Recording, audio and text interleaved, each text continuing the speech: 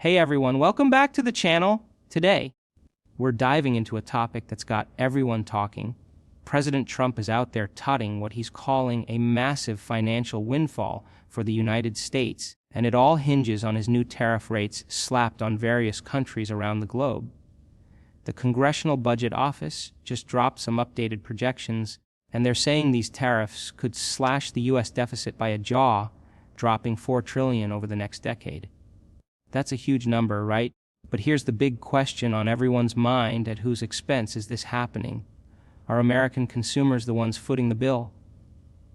To unpack this, I've brought in Justin Wolfers, a brilliant professor of economics and public policy at the University of Michigan, and we're going to break it all down together. So, let's start with the basics. Justin, what do you think the chances are that these tariffs will stick around all the way through 2035, which is what the CBO is banking on for their estimates? Well, to be honest, I'd say it's close to a no chance scenario, and that's one of the biggest hurdles we're facing here. The whole idea behind tariffs is that they're supposed to incentivize businesses to set up shop domestically, but if the tariff rules keep shifting before those plans can even take root, we're not likely to see much real action or investment come out of this. It's a bit of a moving target, and that uncertainty is a real killer for long-term planning. Now, let's get to the heart of it. The $4 trillion figure that's got everyone buzzing. Where is this money actually coming from?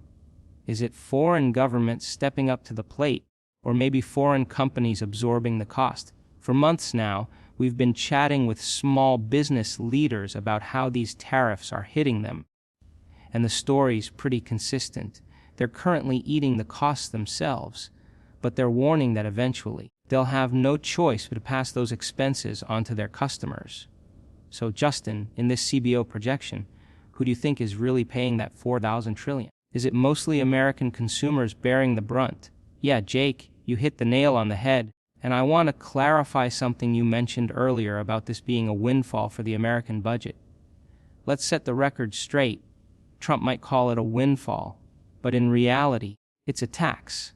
When you impose a tax, the government collects revenue, plain and simple. Here's how it plays out. Take a company like Best Buy.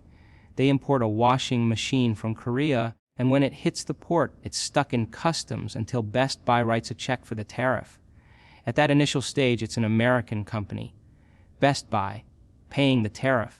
But us economists like to dig a little deeper, because everything's connected. There are other possibilities, like Samsung might try to hold on to its market share by lowering the price of that washing machine to offset the tariff. But if we look at the import price index, which tracks the cost of our imports, it hasn't dropped a single penny. That blows a hole in Trump's promise that foreign companies would foot the bill. It's just not happening. Right now, Best Buy is the one paying, and that cost trickles down to things like my 41k, which is invested in these companies.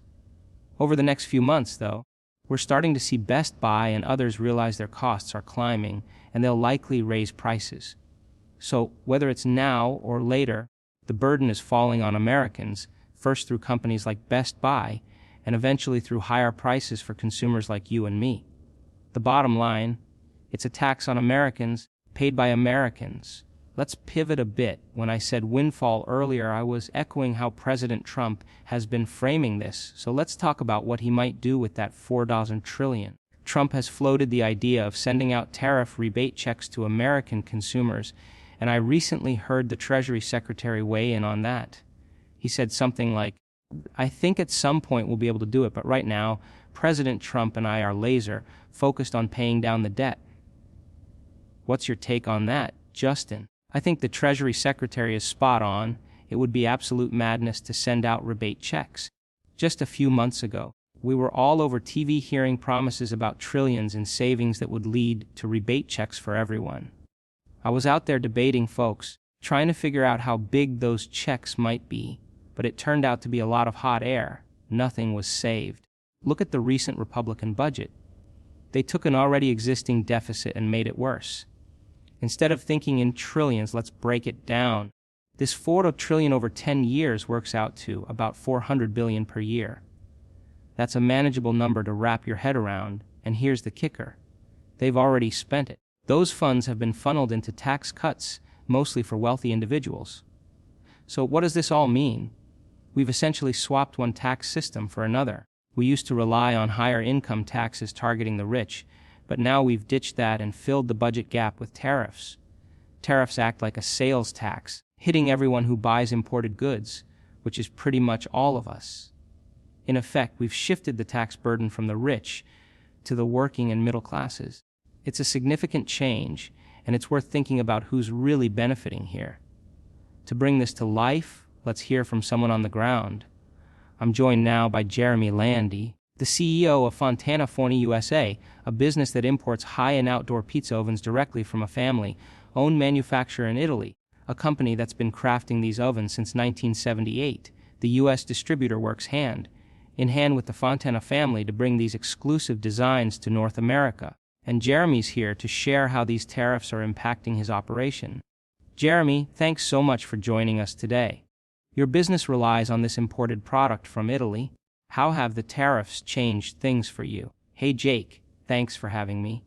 The tariffs have thrown us a couple of curveballs. First off, just figuring out how to navigate them has been a challenge. Most people don't realize there are actually two tariffs hitting our products. There's the standard 15% EU tariff, and then on top of that, we're facing a 50% steel tariff based on the cost of the steel. To put it in perspective, back in June, I had 2 ocean containers arrive, and they were taxed at over 80%.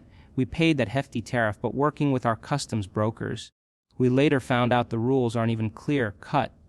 They're still trying to sort out the procedures. It ties up our cash flow and makes planning inventory a nightmare. We're constantly rethinking our strategy because of these sudden shifts. That 80% tariff sounds brutal. How are you managing those costs? Are you forced to raise prices? Yeah? 80% is a lot to swallow, and thankfully, it looks like we might not be stuck with that exact rate moving forward, though we're still in the dark about where to land. Because the tariff landscape keeps changing, we've had to adapt. We hadn't raised prices in years, and we've been absorbing as much of the cost as we could to protect our customers. But on August 1st, we implemented a 10% price increase, something we didn't take lightly. We're still absorbing some of the cost to avoid passing it all on, but that 10% hike was necessary to keep our business afloat without needing another increase down the line. This is all tied to that new analysis from the Congressional Budget Office that Trump's been highlighting. It projects his tariffs will cut the federal deficit by over $4 trillion across the next decade, or about $400 billion a year. Jeremy, I assume from your perspective, the people paying for that deficit reduction are you and your customers. Exactly, Jake. The tariff burden lands on us, and as a small business, we're left deciding how much of that we can pass on to our customers. We already have the best terms possible with Fontana Forni, so there's not much wiggle room there. We're forced to raise prices to maintain the quality and keep delivering the top-tier product our customers expect. If President Trump were watching right now, what would you want to say to him about these tariffs? I'd tell him we get the reasoning behind tariffs, but what we really need is transparency and predictability. The sudden changes disrupt our business big time, and if there was clear guidance, it would make a world of difference for us. For all of you watching at home, if you're interested in one of these stunning pizza ovens, you can check out Fontana Forni USA online. Great products worth exploring. Jeremy Landy, thanks so much for joining us today. I really appreciate your insights. Yeah, thanks for having me, Jake. Take care. So, there you have it. This $4 trillion deficit reduction Trump's celebrating is a double-edged sword.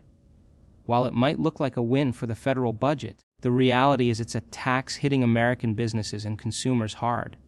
From big retailers like Best Buy to small outfits like Fontana Forni, the costs are being felt, and they're starting to ripple through to all of us.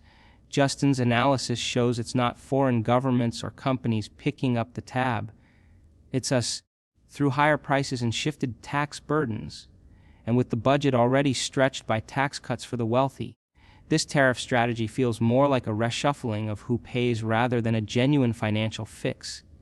It's a complex issue, and as we've seen with Jeremy's story, the lack of clarity only adds to the chaos. What do you think about all this? Are you seeing higher prices where you live? Drop your thoughts in the comments below, and don't forget to like, subscribe, and hit that bell icon to stay updated on more deep dives like this. Let's keep the conversation going. See you next time!